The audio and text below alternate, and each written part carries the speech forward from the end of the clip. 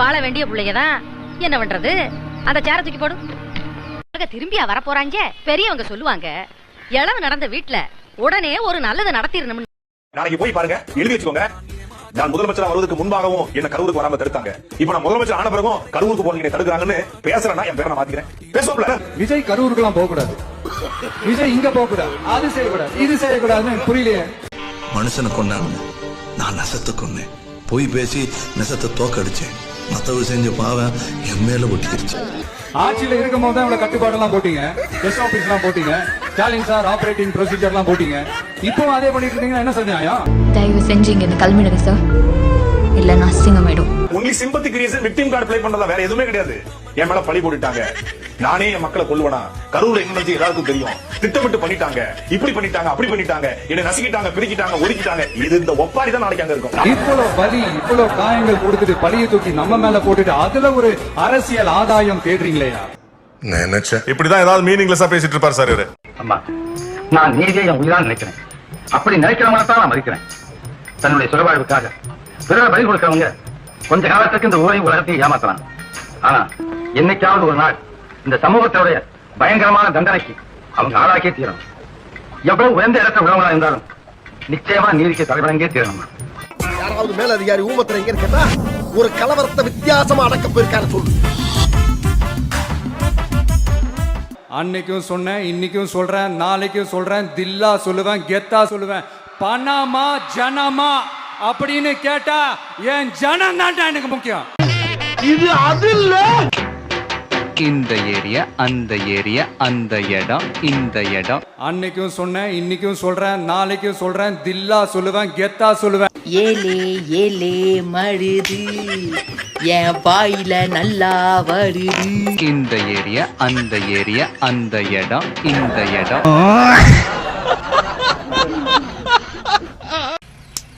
உங்களை அந்த கடவுளே வந்தாலும் காப்பாற்ற முடியும். மக்களே, உங்களை விட எனக்கு இந்த காசு பணம் முக்கியமா என்ன? இவ்வளவு குறைகள் நம்ம மேல சொல்றாங்களே, இப்ப நான் சொன்ன மாதிரி அவங்களால ஓப்பனா சொல்ல முடியுமா? அந்த தில்லு இருக்கா, திராணி இருக்கா? ஒரு கிடையாது. தயவு செஞ்சு இந்த கிரிஞ்ச நிப்பாட்டுங்களா. ஐயோ, ஒரு 2 வீடியோ டைட்டில் கிரிஞ்சுன்னு வைக்கிறது கூட எனக்கு வந்து மனசு வர மாட்டேங்குது. அவ்வளவு கிரிஞ்சா இருக்கு கிரிஞ்சுன்னு யூஸ் பண்றது. தயவு செஞ்சு இந்த கிரிஞ்சு டேங்க் இதெல்லாம் வச்சு சண்டை போடாம அமைதியா இருங்கடா. ஒரு கிடையாது. எப்படி ஃபயரா இருக்குல்ல? இவர் தான் நம்ம மாண்புமிகு தமிழ்நாட்டினுடைய முதலமைச்சர். மாண்புமிகு, அந்த அந்த வார்த்தைக்கான அர்த்தம் என்னன்னு தெரியலன்னு நினைக்கிறேன் இந்த மனுஷனுக்கு, ஹோம்லேண்டருக்கு. என்ன செருப்பால் அடிச்ச மாதிரி இருக்குடா. திரு செந்தில்வேல், இங்க முதலமைச்சருடைய கரூர் பயணம் உணர்த்தக்கூடிய செய்தி என்ன? அவர் செய்தியை சொல்ல வருகிறார். ஒரு வரியில சொல்லணும்னா அவரு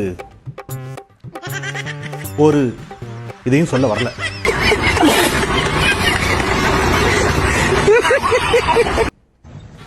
என்னது புரியல? அப்படின்னா நீங்க புரிஞ்சுக்கணும், மக்களுக்கு புரியும்.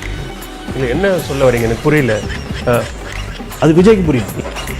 ஒரு கிடையாது.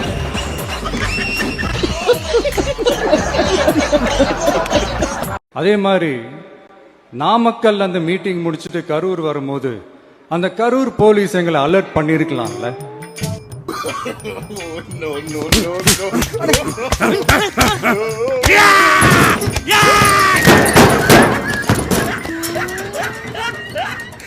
இல்ல சார், இங்க எதிர்பார்த்ததை விட கொஞ்சம் கூட்டம் அதிகமா இருக்கு, கண்ட்ரோல் பண்ண முடியல, வராதீங்க. அண்ட் போலீஸ் நினைச்சா அவங்க அந்த மீட்டிங்கே கேன்சல் பண்ணுவாங்க. தம்பே, எப்படி அடிக்க? நல்லா அடிக்கியா? எப்படி எப்படி? அண்ட் போலீஸ் நினைச்சா அவங்க அந்த மீட்டிங்கே கேன்சல் பண்ணுவாங்க. ஓ, ஒண்ணு மட்டும் எனக்கு நல்லா தெரியுது, கலைத்துறையில மிகப்பெரிய புரட்சியே நடக்க போகுது. டிஎஸ்பி வந்து கரூர் டவுன் டிஎஸ்பி வந்து நம்ம மேம்பாலத்துல இருந்து அந்த பேசுற இடத்துக்கு வந்து அவர் தான் வந்து அந்த டீமோட பேசி கூட்டு வந்திருக்காரு. ஒரு at least 50 metres before the speaking point வச்சு பேசி சொல்லியிருக்காரு. சரிங்க, நிறுத்திக்கலாம், வேண்டாம், கூட்டம் ரொம்ப ஜாஸ்தியா இருக்குது, இங்க வச்சே பேசலாம்னு சொல்லிட்டு. அதுக்கும் அந்த ஆர்கனைசேஷன் மறுத்துருக்காங்க. இல்ல நாங்க அந்த பாயிண்ட் தான் போகணும், இங்க இருந்து எங்களுக்கு கவரேஜ் நல்லா கிடைக்காது, இங்க இருந்து எங்களுக்கு சரியா மைக் கேட்காது, சரியா கேட்காது. சோ அதனால அங்க இருந்து திருப்பி வந்து கொஞ்சம் கொஞ்சமா வந்து அந்த வண்டி வந்து கொஞ்சம் புஷ் பண்ணி கிரௌட கொஞ்சம் ரெண்டு மூவ் பண்ணி கொண்டு வந்திருக்காங்க.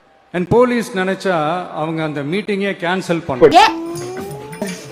அடிச்ச செவிலி பிஞ்சிடும். நான் ஒண்ணுமே பண்ணல. நாங்க பிச்சை எடுக்கல சார். எனக்கு உங்களுக்கு சம்பந்தமே இல்ல சார். காலை பிடிச்சி அவ்வளவுதான் லிமிட். மேல கை வைக்க கூடாதுன்னு பாக்குறேன். போடா சார், போடா. உங்ககிட்ட யாராவது லஞ்சம் ஏதாவது கேட்டாங்கன்னா கொடுக்க முடியாது சொல்லுங்க. யாராவது ஃபோர்ஸ் பண்ணாங்கன்னா இது எங்க மகன், எங்க புள்ள, எங்க அண்ணன், எங்க தம்பி. நீ என்ன கவுன்சிலர் ரேஞ்சுக்கு இறங்கி வந்து பேசிக்கிட்டு இருக்க? ஐயா, நீ சிஎம்னா நீ இப்படி பேசக்கூடாது.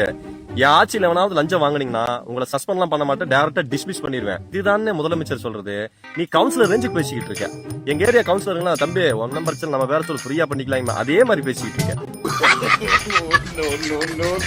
அதாவதுண்ணே, உன்னோட ஆட்சியில ஒருத்தர் லஞ்சம் கேட்கறான்னு வைன, உண்மையிலையும் உன்னோட ஆட்சி மேலையும் தயிர் அளவுக்கு கூட அவனுக்கு பயம் இல்லைன்னு அர்த்தம்னே.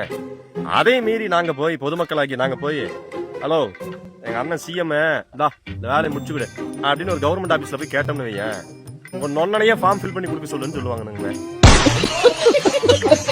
அண்ட் போலீஸ் நினைச்சா அவங்க அந்த மீட்டிங்கே கேன்சல் பண்ண துரோகத்துக்கு என் வேலையை ராஜினாமா பண்ணிட்டு தூத்துக்குடி டவுனுக்குள்ள ஓட விட்டு உன்னை நடுரோட்ல வச்சு வெட்டி இருப்பேன். நீ போட்டுக்கிற யூனிஃபார்மும் இந்த இடம் மட்டும் தான் உன்னை காப்பாத்திட்டு இருக்கு. ஒன்ஸ் கேம் ஆடுறீங்க ஒண்ணு மட்டும் ஞாபகம் வச்சுக்க, போய் ஜெயிச்சுட்டதான் நினைக்காத. எப்பவுமே கடைசியில சத்தியம் மட்டும்தான் ஜெயிக்கும். அது வரைக்கும் நான் நிம்மதியா தூங்கிடுவேன். உன்னால முடியுமா? மனசு தாண்டா கோர்ட். அதுக்கப்புறம் தான் இதெல்லாம். நான் மக்களை விட்டு ஓடிடுவேன் நினைப்பா. யார் என்ன ஓடினாலும் நான் மக்களை விட்டு எல்லாம் ஓட மாட்டேன். ஏய் ஏண்டா பரதேசி நாய, நீ காமெடி பண்றன்ற பேர்ல என்னத்த வேணாலும் பேசிட்டு போவ, அதை நாங்க உட்காந்து பாத்துக்கிட்டு இருக்கணுமா? உனக்கு நடிக்க தெரியாது, எனக்கு நடிப்பேன் என்னன்னே தெரியாதுடா. எனக்கு கன்ஃபியூஷனா இருக்கு. யார் என்ன ஓடினாலும் நான் மக்களை விட்டு எல்லாம் ஓட மாட்டேன். நோட்டி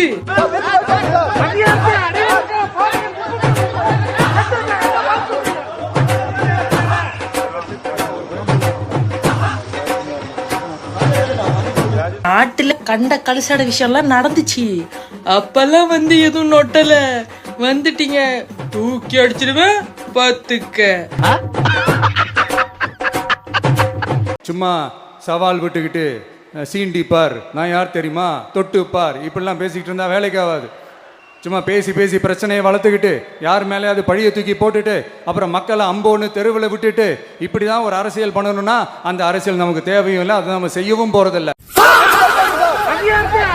எங்க தலைவரை கை வச்சீங்கல்ல கரூர்ல, எங்க மக்களை கை வச்சீங்கல்ல ஸ்டாலின் அவர்களே. திரு உதயநிதி அவருடைய வாழ்க்கைக்காக எங்களுடைய மக்களை காவல்துறை மூலமா கொன்று குவிச்சீங்களா, அதுக்கான பதில். நீ எல்லாம் ஒரு ஆளு ஏன்டாடி பரட்ட மாட்ட. போயிட்டு ஷாம்பு போட்டு முடி மூஞ்சி உன் அக்கிளி எல்லாத்தையும் போய் தேய்ச்சி கழுவி. நீ என்ன வேணாலும் பேசி கைத்தட்ட வாங்கி தொலைங்கற. கழுவை பத்தி பேசாதீங்க நமக்கு. நீ கழுவை பத்தி பேசி, ஏன்னா அந்த உடம்புல பார்த்து அந்த ஒப்பாரி ஓலச்சக்கத்தை கேட்டுட்ட பிறகு நீ கழுவை வச்சு அரசியல் பண்ணா, கேவலமா அரசியல் பண்ணா, விஜய் சொல்ற மாதிரி வாயில வருது நமக்கு வேற மாதிரி. பகுதிக்கு வந்திருக்கின்றது. கிட்டத்தட்ட 41 பேர் உயிரிழந்திருக்க. எங்க அவன்? கரூர் சம்பவத்தில் இழந்த வேதனை எல்லாம் எப்படி சொல்றதுனே தெரியல. அதுலயும் நம்ம மேலேயே பழி போட்ட கொடுமையெல்லாம் இருக்கும் பாருங்க, அதெல்லாம் வேற லெவலுங்க. அவர்கிட்ட மைக்க தாங்க நீட்டாங்க, பாம்பா பார்த்த மாதிரி. ஐயோ தெய்வமே விட்டுருங்க தெய்வம் ஓடுறாப்புல.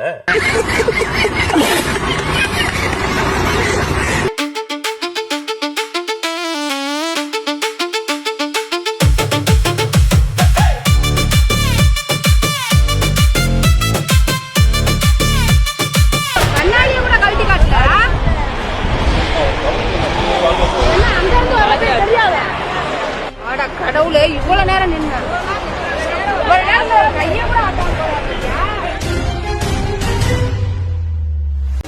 எல்லாம் பார்த்துப்பா. ரொம்ப நன்றி. என்ன நீங்க ஏளனமா பேசுறீங்களா? என் மேல பழிய தூக்கி போடுறீங்களா? சட்டசபையில ஸ்டாலின் சார் நம்ம மேல திருப்பி விட்டு அங்க ஒரு அரசியல் செய்யறாரு, அதுக்கு என்ன அர்த்தம்? நம்பாத.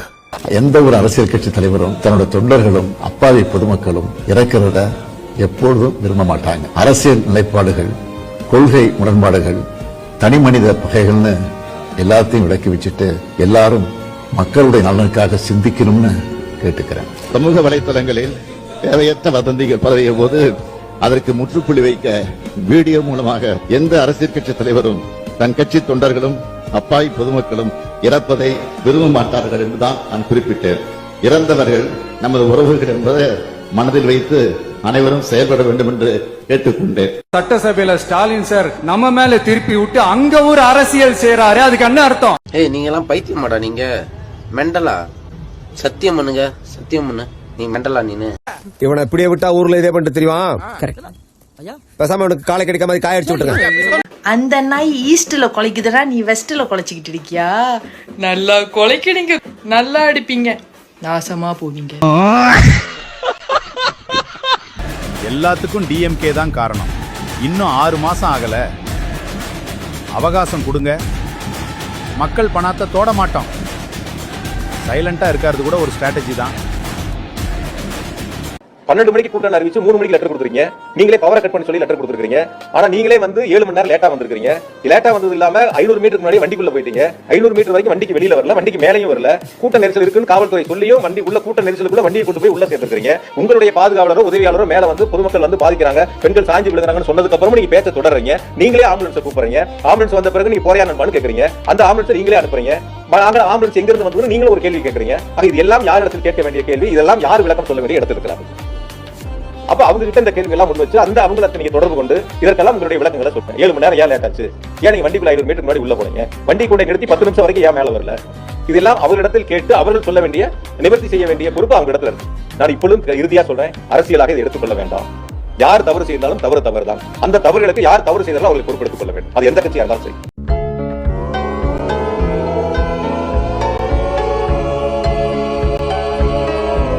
சுப்ரீம் கோர்ட் ஓங்கி மண்டேலியே நறுக்கு நறுக்கு நறுக்கு என்று செம்மட்டியாலே அடிச்சும் இந்த திமுக முழிச்சிக்கல அப்படின்னா அப்ப கொஞ்சம் கஷ்டம்தான். வெற்றி தோல்வி எல்லாம் அரசியல சகஜம் சார்.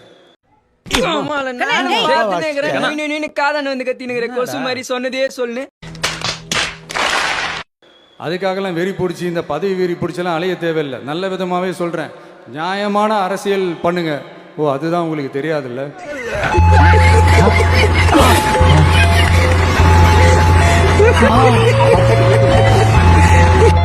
ஈழ தமிழினத்தை படுகொலை செய்த பாவிகள் காங்கிரஸ்காரர்கள், அவர்களுக்கு மன்னிப்பே கிடையாது.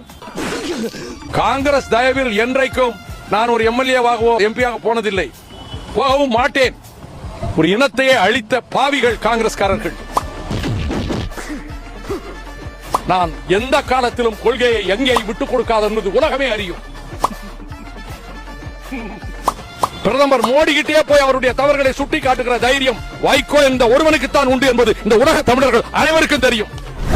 பெரியோர்களே, தாய்மார்களே, நான் இருக்கக்கூடிய கால்குட்டா கட்சி சரியான பாதுகாப்பு இல்லாத காரணத்தினால் அண்ணனுக்கும் இரும்பு கொட்டியாகிய ஈக்குட்டா கட்சியிலே இணையலாம் என்று முடிவு செய்துவிட்டேன். கட்சி மாறுவதால் என்னை கோலை என்றோ பச்சொந்தி என்றோ எண்ணி விடாதீர்கள்.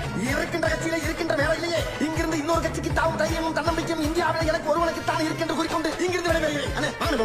உங்களுக்கு எனக்கு ஒரே தைரியம், ஓட்டுகிறேன். இந்த தீய சக்தி திருத்தவும் முடியாது, அவங்களா திருந்துவாங்கன்னு பார்த்தா அதுவும் நடக்க போறதில்ல. அதனால வரப்போற இடைத்தேர்தல மக்களே, இந்த தீய சக்தி திமுகவை நல்லா வெச்சு வெளுத்து விடுங்க. எப்படி நடக்க முடியாத விஷயத்துல நினைச்சு பார்த்து குழம்பிக்கிறேன். நினைச்சு பார்க்கணும். வாழ்க்கையில் நடக்க முடியாத விஷயமெல்லாம் நடந்துருமோன்னு ஒரு தான் நினைச்சு பார்க்கணும். அதனால வரப்போற இடைத்தேர்தல மக்களே, இந்த தீய சக்தி திமுகவை நல்லா வெச்சு வெளுத்து விடுங்க.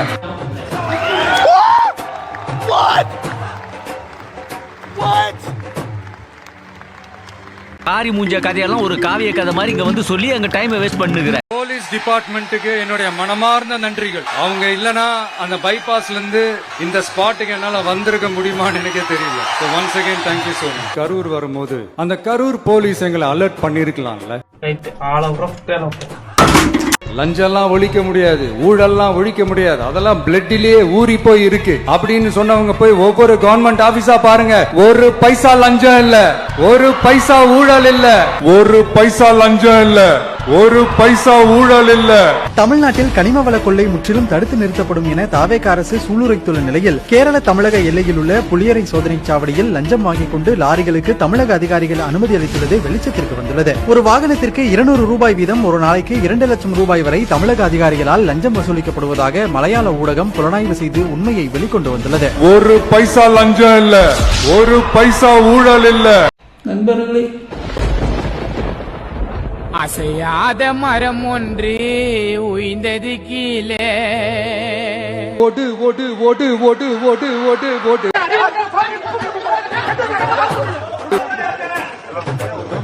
ஓடு ஓடு ஓடு ஓடு ஓடு ஓடு ஓடு.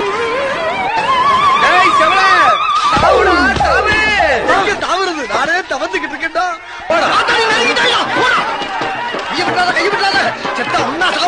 அடிச்சிருக்க அடி அந்த மாதிரி முஞ்ச அடிக்கடி எங்க அம்மா தூக்கி அடிச்சாம்பார் மேல கட்ட பறகுது கொட்டை தெரிக்கு.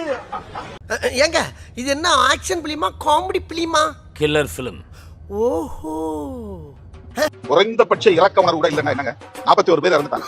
சிதம்பரம் கலவரத்துல காயம்பட்டது எண்ணி நான் கதறி கதறி எழுதிருக்கேன். என்னால அந்த வலியை தாங்க முடியாம நான் பல நாள் தூக்கம் இல்லாம கிடந்திருக்கிறேன்.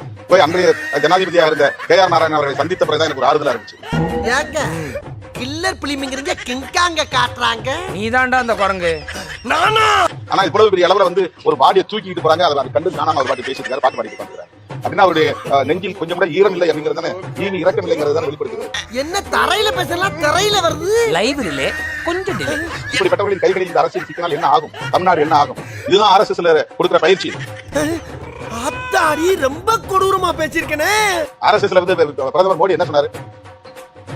ஒரு கோத்ரா சம்பவம் நடந்தப்ப எப்படி உங்களுக்கு உணர்வு இருந்ததுன்னா, வண்டியில அடிப்பட்ட ஒரு நாய் அடிப்பட்டா எப்படிமா அப்ப எப்படி நடக்குது? இந்த மாதிரி மரத்து போகக்கூடிய உணர்வு கொண்டவர்களாக தான் வளர்க்கப்படுறாங்க. ஏப்பா ஒரு பேச்சுக்கு எல்லாம் படமா எடுத்து 100 நாள் ஓட்டுவீங்க போட்டிருக்கியா? இனிமே பேச ஆரம்பிக்கிறதுக்கு முன்னாடி என்ன பண்ணணும் அப்படின்னா, ஒரு நண்பர் ஒருத்தர் சொன்னார், மாண்புமிகு பேரவைத் தலைவர் அவர்களே எல்லா டோரையும் இழுத்து லாக் பண்ணுங்க. உன்னதெல்லாம் விட்டுருவேன். இப்போ ஒரு பண்ணி அது என்னது? இது நகைச்சுவை, சிறிய நகைச்சுவை. இந்த சிறிய நகைச்சுவைக்கே உன்னை பெருசா பழக்கலாம் இருக்கேன். பார்ட்டி ஃபண்ட் தான் சொன்னேன். அது என்ன பார்ட்டி, என்ன ஃபண்ட், யாரு, என்ன பேரு எதுவுமே சொல்ல. பார்ட்டி ஃபண்ட் சொன்னவன எடுத்தாங்க பாருங்க ஒரு ஓட்டம். பார்ட்டி ஃபண்ட் அப்படி சொல்லிருக்காரு. ஒரு அமைச்சர் வந்து இந்த பார்ட்டி ஃபண்ட் எந்த பார்ட்டி சொல்லுங்க. வேற எதா சொல்லுங்க. நாங்க அதெல்லாம் பேஸ் பண்றேனா இருக்கோம். எதையோ ஆதாரத்தோட எதையோ சரி சொல்லலாம். ஆதாரம் என்ன இருக்கு? அப்புறம் ஊழல் பண்ணிட்டு ஆதாரம் இருக்குன்னா கோர்ட்டுக்கு போங்க. கோர்ட்ல நாங்க பேஸ் பண்றது ரெடியா போல. இப்போ மொத்தம் வந்து பொதுக்கூட்ட மேடையில பேசுற மாதிரி, பிரச்சார கூட்டத்துல பேசுற மாதிரி அசம்பிளில வந்து பேசிட்டு இருக்க முடியாது. நீங்க சொல்லிட்டு பேசுறீங்க, நான் என்ன கேட்டுட்டு இருக்கேன். பார்ட்டி ஃபண்ட் தான் சொன்னேன். அது என்ன பார்ட்டி, என்ன ஃபண்ட், யாரு, என்ன பேரு எதுவுமே சொல்ல. பார்ட்டி ஃபண்ட் சொன்னவன எடுத்தாங்க பாருங்க ஒரு ஓட்டம். Boomer uncle. Yes. Come on come on uncle. Boomer uncle. எப்படி அங்கிள் பூமர்? இதுல வேற அவர் வந்து சட்டமன்றத்தில் வந்து திமுக வெளிநடப்பு செய்த ஒரு விமர்சனம் வேற வச்சிருந்தாரு. கதவையெல்லாம் இழுத்து சாத்தி விட்டு தான் பேச வேண்டும் போடுறேன். எதிர்க்கட்சி என்றால் அவர்கள் கருத்துக்களை வைப்பார்கள். கருத்துக்களை வைக்க நீங்க இடம் தராவிட்டால் வெளிநடப்பு செய்து வெளியிலே சென்று ஊடகத்தில் அந்த கருத்தை சொல்லதான் செய்வார்கள். இதுதான் சட்டமன்ற மரபு, ஜனநாயகம். அதை கிண்டல் பண்றாரு கதவை சாத்திட்டு. நான் திருப்பி கேட்குமா? நீங்க இனிமேட்டு ஊடகத்துக்கு பதில் சொல்லாம போறீங்களா? கதவை இழுத்து சாத்திக்கிட்டு ஊடகத்திற்கு பதில் சொல்லுங்கள் என்று கேட்டால் உங்களால பதில் சொல்ல முடியுமா?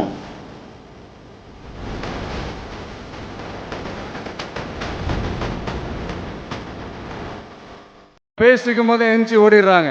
5 நிமிஷம் பேசினதுக்கே குளத்துள்ள கொத்து பரோட்டா போட்டாங்க. இவன் டம்மி தான் போட்டிருக்கு. இதுக்கெல்லாம் யார் காரணம் தெரியுமா?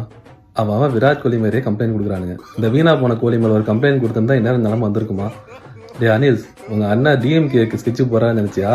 ஸ்கெட்சு உனக்கும் உன் குடும்பத்துக்கும் தான். நாளைக்கு உன் பையன்ட்டு போய் என்னடா மார்க் கம்மியா இருக்கு, ஒழுங்கா படிக்கலான்னு கேட்டா, நீங்க 2 பேருமே ஒழுங்கா படிக்கல, நீங்களாம் நம்ம மேல அவதூறு பரப்பலாமா சார் அப்படிமா? இப்படி ஒரு ராட்சசி என் வயித்துல பிறந்தான்னு பெத்த வயிறு பத்திட்டு எரியுது. அன்னைக்கு ஏதோ தப்பா இருக்கே அப்படின்னு ஒழுங்கா படிக்க வச்சிருந்தா நான் படிச்சிருப்பேன்ல. நீங்க என்ன படிக்க வைக்காம பழியத்துக்கு ஏன் மேல போடுறீங்க அப்படிமா? கடைக்கு போயிட்டு வாடான்னு சொன்னா என்ன டேஷுக்கு நான் போறேன்னு கேட்பான். கூட படிக்கிற பையன் போய் உடனே அவனை கொத்து பரோட்டா போடுறோமா. ஒரே ஃபன்னா இருக்கும், என்ஜாய் பண்ணுங்க. இவர் சிஎம் நம்மளாதான் நம்ப முடியலன்னு பார்த்தா அவராலே நம்ப முடியல. இப்ப பார்த்தாலும் ஸ்டாலின் சார் டிஎம்கே தான். பாலிட்டிஷியன்ஸ் லா மேக்கர்ஸ் பாருங்க. ஏன்னா அவரோட பிரைமரி கான்ஸ்டிடியூஷன் வேலையை மக்கள் பிரச்சனையை சட்டமன்றத்துல பேசி விவாதம் நடத்தி புது சட்டத்தை உருவாக்குறதும் ஏற்கனவே இருக்க லாஸை வந்து திருத்துறதும் தான். இவனுக்கு தெரிஞ்ச ஒரே எல்லாம் சக்கிலா தான் போல.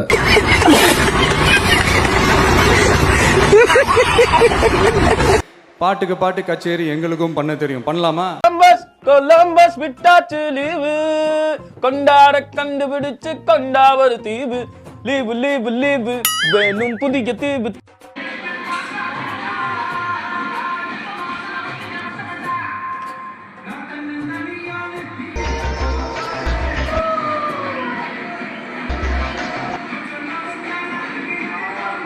அதெல்லாம் சிரிச்சுக்கணும். அதை வந்து ரொம்ப எப்படி சொல்கிறது, தனியாக உட்காந்து ரொம்ப ஆழ்ந்து சிந்திச்சுட்டு குழப்பிக்கிட்டு இருக்கக்கூடாது. அதெல்லாம் போகிற போக்கில் நகைச்சுவை, எத்தனையோ நகைச்சுவையில் வாழ்க்கையில் நடக்குது, அதை ஒரு சிரிச்சுக்கணும்.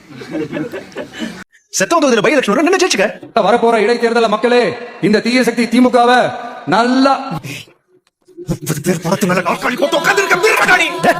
என் படமோ பாட்டோ வந்துச்சுன்னா அம்மா விஜய் மாமா, அம்மா விஜய் மாமா, அது அவங்க செஞ்ச தியாகண்டா. டிவி ஸ்கிரீனை போய் தொட்டு முத்தம் கொடுத்துக்கிட்டு என் அக்கா தங்கச்சிங்களோட தங்க பிள்ளைகளை இழந்திருக்கோம்.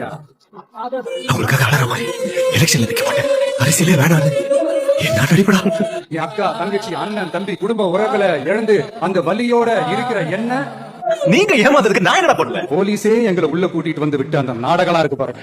என்னத்தையோ ஒரு நான் முதல்ல சொன்ன மாதிரி தான், அது ஒரு சின்ன நகைச்சுவை, இது கொஞ்சம் பெரிய நகைச்சுவை. இதுக்கு பேர் எங்கள் அப்பத்தா சொல்லும் அடிக்கடி, இதெல்லாம் தாண்டா பேராண்டி கால கொடுமை அப்படின்னு. இது ஒரு கால கொடுமை, அனுபவிச்சுக்கிற வேண்டியதான், வேற என்ன பண்ணுறது. உலகத்திலே இப்படி ஒரு கேவலமான முதலமைச்சரை நான் பார்த்ததே இல்லை. ஒரு பைசா லஞ்சம் இல்ல, ஒரு பைசா ஊழல் இல்ல, இப்ப லஞ்சம் இல்ல, ஊழல் இல்ல, மக்கள் அப்படி ஒரு பெருமூச்சு ஒண்ணு விடுறாங்க.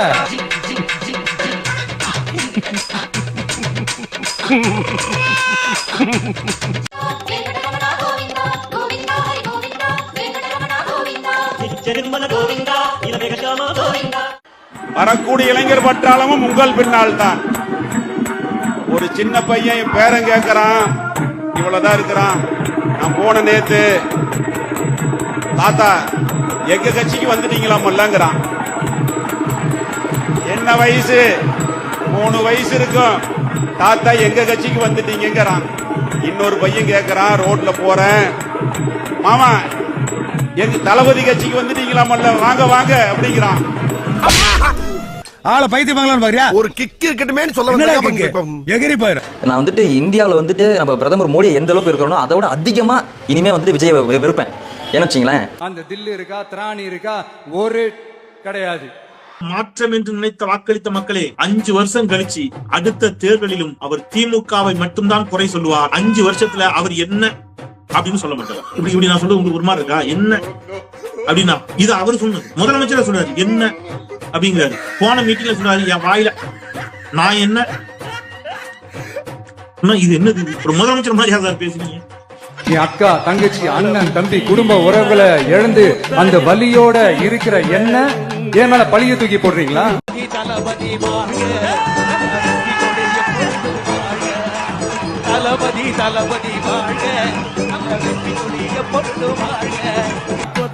இப்படி ஒரு சம்பவம் நடந்துருச்சு. வலியோட வீட்டுல உட்கார்ந்துட்டு இருக்கிற ஓடி ஒளிஞ்சிட்டான் வர சொல்றீங்களா? வாய் வாயின்னு முன்ன இருந்தா என்ன வேணாலும் பேசுவீங்களா?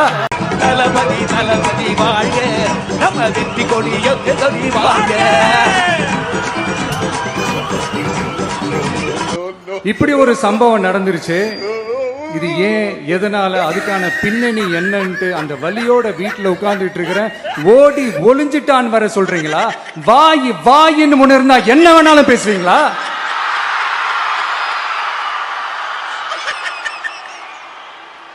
சிலிர்த்து போய் சில்லறையெல்லாம் விட்டுறிஞ்சேன்.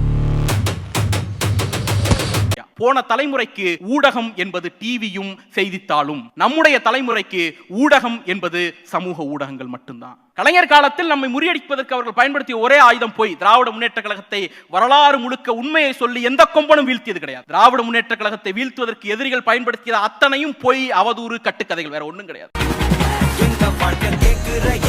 கேள்வி கண்ண இல்ல, தள்ள முறை இல்ல, புதிச்ச தலைவண்டா சொன்னதெல்லாம்